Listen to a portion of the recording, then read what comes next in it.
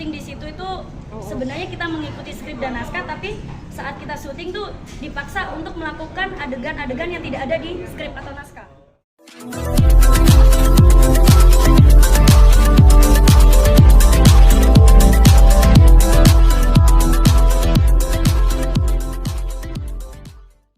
Unsur kekerasan kah pada saat yang pemaksaan itu? Nggak ada sih kalau unsur kekerasan, cuma karena memang dibayarnya sudah di awal dan mau nggak mau kita talent udah ada perjanjian tanda tangan surat perjanjian, dan dia sudah ketemukan Siska dengan tim legalnya, jadi ya Siska pikir aman, ya sudah, dan ada surat perjanjian legal hukum juga di atas materi juga. Dan untuk soal fee untuk 10 juta itu pun dari pihak mereka tidak menanggung makan, hotel, dan tiket pulang pergi Siska dari Jogja Jakarta untuk pembuatan film tersebut. Filmnya berapa? Menjelaskan bahwa akan menyampaikan ke awak media bukti-bukti yang disampaikan ke penyidik. Itu bukti-bukti apa aja, Mbak? Kebetulan sudah dibawa oleh penyidik, jadi mohon maaf karena udah disita oleh penyidik. Salah satunya adalah skrip naskah yang ada di Keramat Tunggak full skrip, dan kedua itu surat perjanjian. Merasa dibohongi nggak sih, Pak? Merasa dijebak nggak sih? Kalau merasa dijebak sih tidak ya, bukan dijebak, tapi saya lebih ke dipaksa ketika kita syuting di situ itu sebenarnya kita mengikuti skrip dan naskah, tapi saat kita syuting tuh dipaksa untuk melakukan adegan-adegan yang tidak ada di skrip atau naskah.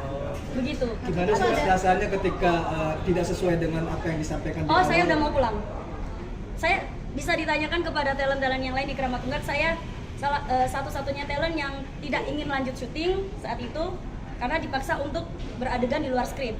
Tapi karena di surat perjanjian dia menyebutkan bahwasanya ketika ada tuntutan hukum nantinya pihak kedua, yaitu saya sebagai talent, tidak ikut bertanggung jawab. Jadi tanggung jawab penuh ditanggung oleh pihak pertama, makanya saya percayakan kepada mereka karena yaitu tadi saya diketemukan oleh tim legal atau kuasa hukum dari PH tersebut. Oh, berarti Mbak ini ada kontraknya ya?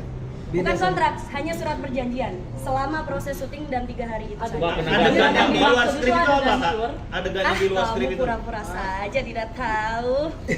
Coba tebak. Berarti apa? Apa? Mbak, itu di mana, Mbak? Di Serengseng tahun berapa? Syutingnya Serengseng di mana ya, Mas? Di mana? Enggak, saya ingetnya di Pasar Minggu soalnya. Oh, Pasar Minggu. Mbak, penegasan Mbak, ganti Mbak korban apa enggak ya? Kenapa, Mas? Ganti Mbak ini korban atau enggak? Merasa menjadi korban. Karena pihak yang lain kan merasa menjadi korban, Kak. Karena gini, setelah adanya film Keramat Tunggak 1, mereka masih menghubungi saya dan memaksa saya untuk bikin film Keramat Tunggak Part 2.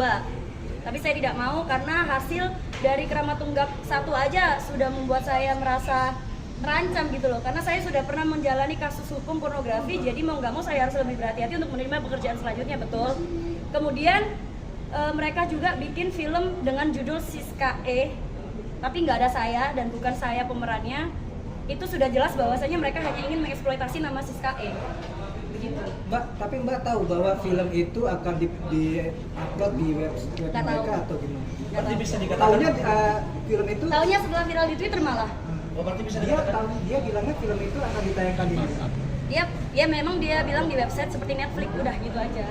Mbak, berarti bisa dikatakan sebelum film ini tayang, Mbak nggak nonton hasil akhirnya? Tidak, padahal dalam surat perjanjian ada perjanjian kita harus kayak apa ya namanya review ya, screening kayak sama talent gitu loh. Tapi ternyata enggak, tiba-tiba dimunculin, ya udah. Alasan awal untuk kemarin nggak gubris DM pertama kali dihubungin itu kenapa? Karena aku tahu dia dari profil Instagramnya aja poster-poster filmnya sudah banyak talent-talent yang mungkin bisa dibilang kategori talent dewasa ya, dengan talent seksi-seksi gitu. Tapi ternyata setelah dia menawarkan sinopsis dan skenario, sinopsis singkat ceritanya film itu karena religi, jadi aku terima. Gitu teman-teman. Yuk. Mbak, dari polisi ya bilang akan dipanggil lagi. Aduh, saya nggak tahu.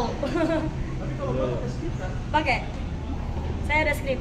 Di sini sebagai bayaran juga yang katanya dibayar 1 juta 500. Saya tidak tahu. Mbak kan udah 2 kali nih menghadapi proses hukum ya. Itu gimana Mbak? Apa yang ingin Mbak sampaikan? Yang ingin saya sampaikan gini, kita masih rawan atau rancu untuk urusan film dewasa dan film porno. Kita saja tidak bisa membedakan mana film dewasa, mana film porno. Benar? Kemudian ada nggak sih yang benar-benar hukum atau undang-undang yang untuk screening film dewasa dan kategori film porno sendiri itu di negara kita seperti apa sih? Jangan lupa ya di subscribe dan nyalakan lonceng notifikasinya.